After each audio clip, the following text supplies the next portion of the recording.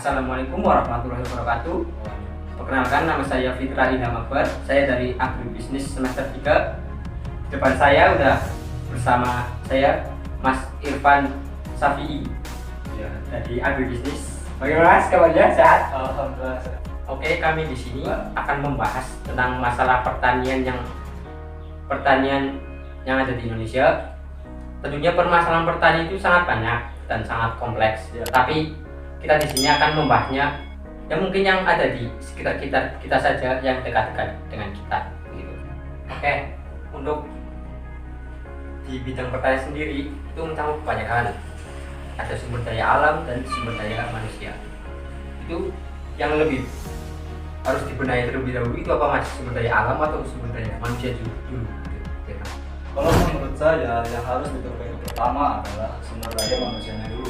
Kenapa? Karena SDM inilah yang akan menentukan bagaimana cara mengolah alam itu sendiri dan bagaimana cara menjalankan pertanian untuk kehidupan sehari-harinya.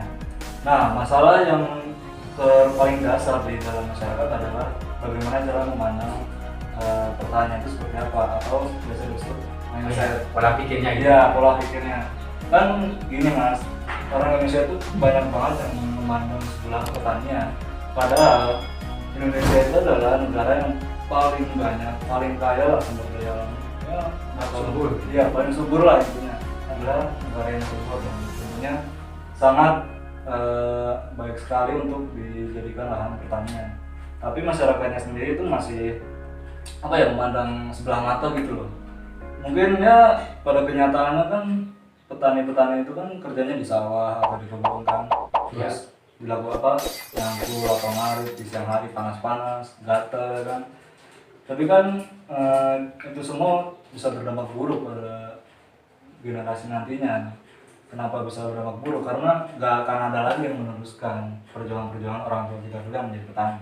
Regenerasinya jadi melambat atau Iya. berkurang.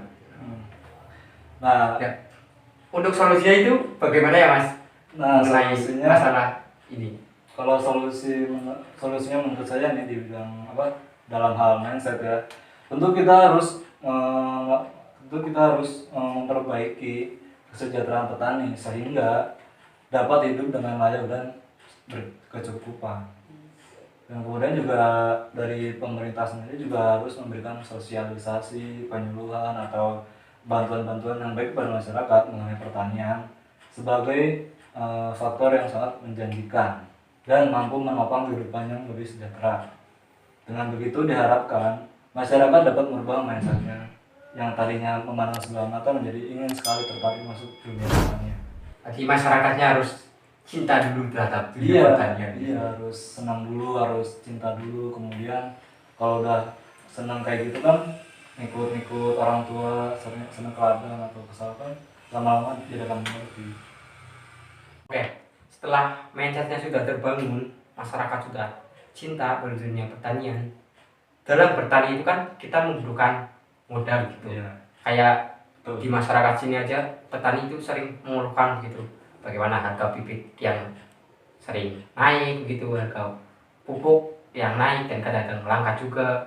Itu sejauh mana sih masalah yang dihadapi dunia pertanian khususnya di permodalan ini, Mas Irfan?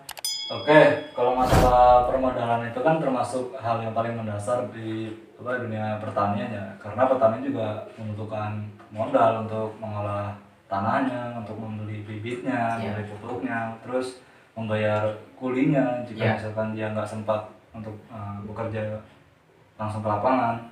Nah, ini juga modal juga menjadi kendala seorang petani dalam melakukan usaha taninya. Keterbatasan modal juga dapat menyebabkan kualitas dan kuantitas hasil yang didapat lewat petani menjadi kurang maksimal. Begitu Mas. Ngomong-ngomong masalah kuli, tadi Mas bahas masalah kuli. Oh iya. Itu kan pekerja di bidang kuli itu kan kerja di bidang pertanian. Jadi bidang pertanian itu kan semakin hari, saya lihat ya, kalau di sini saja semakin hari semakin ya generasi muda ya sedikit sekali lah yang menjadi pekerja di dunia pertanian. Itu sebenarnya itu masalahnya itu apa ya, Mas Irfan? Ya karena masyarakat apa ya, maksudnya generasi muda sekarang kenapa nggak apa ya, Itu ya, nggak meneruskan seperti bapaknya dulu kan. ya di petani lebih sering itu setelah lulus kerja atau kuliah itu lebih sering merantau atau merantau bagaimana? di pabrik gitu ya. Iya. Ya karena anak mudanya sendiri mungkin yang pertama gengsi ya, karena masa sih saya lulusan kuliah, lulusan apa SMK biasanya. S1 atau SMK, sekolah tinggi-tinggi, masa ujung-ujungnya jadi petani di sawah nyangkul panas-panas ya kan. Mungkin hal itu yang membuat kita sebagai generasi muda tuh kadang nggak mau disuruh ke situ. Padahal kenyataannya kalau misalkan yang bekerja itu cuma orang tua, terus kalau sampai mati kayak gitu nanti generasi kita nggak lanjutkan ya Pertanian kan habis gitu. iya, pertanian Indonesia kan mati dong. Otomatis Indonesia mau makan apa kalau nggak dari hasil pertanian. Makanya kita sebagai generasi muda itu harus mempunyai jiwa-jiwa petani yang sangat luar biasa dan mau terjun langsung ke lapangan untuk ya belajar menjadi seorang petani seperti orang tua kita zaman dulu. Walaupun itu kan petani itu nggak harus jadi kulinya gitu. Petani kan bisa kita menjadi bagaimana kita memasarkan pertanian itu gitu. Oke, ngomong-ngomong masalah pemasaran, itu kan petani sering mengeluhkan bagaimana produk pertaniannya itu dihargai itu rendah. Iya. Sedangkan di pasaran sendiri produk pertanian itu harganya itu ya standar, tapi kan bedanya jauh sama harga yang petani jual. Iya. Itu permasalahannya kira-kira bagaimana ya? Nah, kali ini ada masalah yang sering dihadapi petani adalah bagaimana cara memasarkan produknya kan. Nah, kita kan sebagai petani contohnya nggak mungkin langsung ke pasar, nggak mungkin bawa barang-barangnya hasil panennya ini nggak langsung dibawa ke pasar. Tentu kita harus membayar kepada pengepul yang akan mengumpulkan berbagai produk dari petani lokal untuk dibawa ke pasar. Nah, yang menjadi masalahnya adalah kenapa harganya kok dari petani itu rendah, nyampe di pasar, nyampe di konsumen itu harganya tinggi sekali.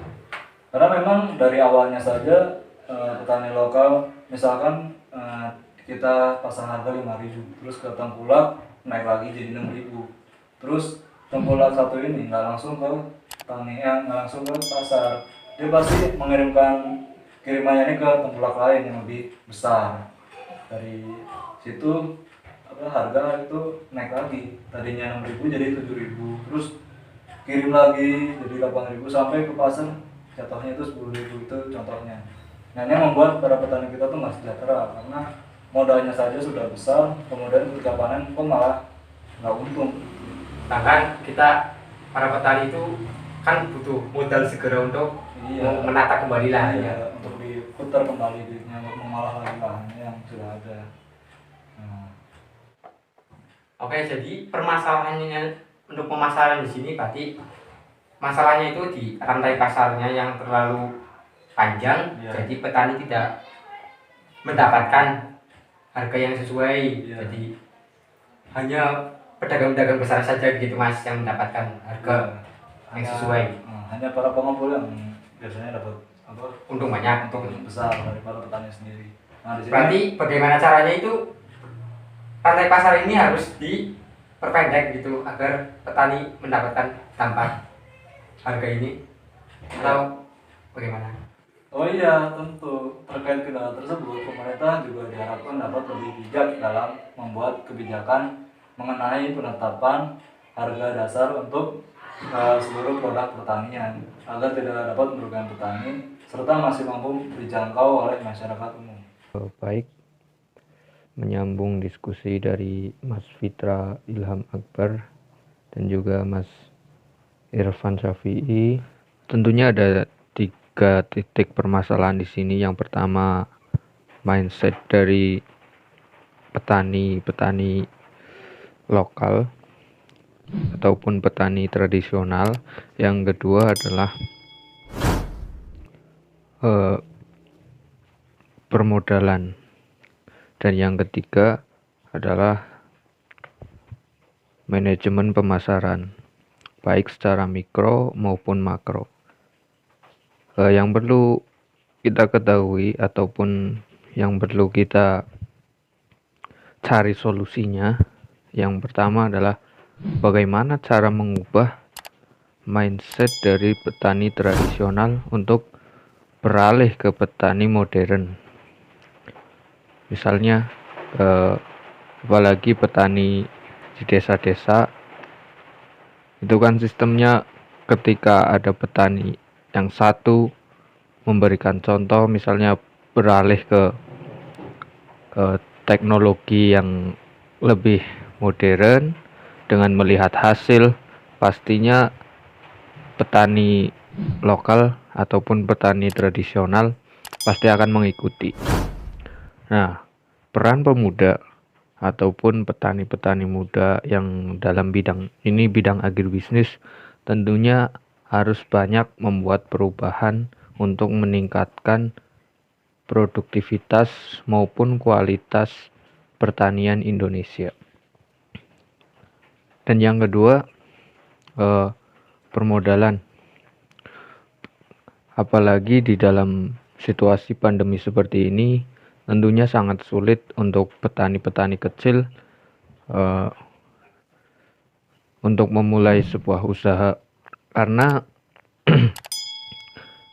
dalam permodalan tentunya banyak sekali yang perlu kita pelajari, terutama di agribisnis ya, mulai dari manajemen, perencanaan, bahkan sampai target pemasaran. Nah, itu kita yang harus benar-benar kita pelajari untuk diterapkan dalam suatu usaha ataupun pertanian di Indonesia. Yang ketiga yaitu pemasaran, manajemen pemasarannya. Manajemen pemasaran baik mikro maupun makro. Yang perlu kita ketahui yaitu apa sih yang kita jual terlebih dahulu. Apakah itu hasil pertanian murni atau hasil pertanian yang sudah diolah. Misalkan di daerah Belik ada penghasilan utama yaitu nanas. Apa sih manajemen pemasarannya atau cara pemasarannya? Kita bisa memasarkan langsung kepada konsumen ataupun kita olah seperti menjadi dodol, sirup, keripik, ataupun yang lainnya. Jadi kita harus bisa mengenali dulu produk atau apa hasil pertanian kita. Ketika kita sudah mengenali itu, kita bisa berpikir kreatif, tentunya dengan cara mengolah ataupun mengemas yang lebih baik. Insya Allah produk kita akan lebih meningkat dalam pemasarannya. Karena yang kita semua ketahui bahwa produk agrobisnis mudah rusak. Jadi kita harus bisa mengelola sebaik mungkin, dan bila perlu kita mengolah untuk menjadikan sebuah produk yang nilai jualnya tinggi dan mampu menyaingi pemasaran baik mikro maupun makro. Mungkin tambahan sedikit dari saya seperti itu. Terima kasih. Wassalamualaikum warahmatullahi wabarakatuh. Oke, demikian video mengenai permasalahan pertanian dan bagaimana solusinya. Mohon maaf apabila ada salah tutur kata maupun perbuatan. Sampai ketemu lagi di video berikutnya. Wassalamualaikum warahmatullahi wabarakatuh. Waalaikumsalam.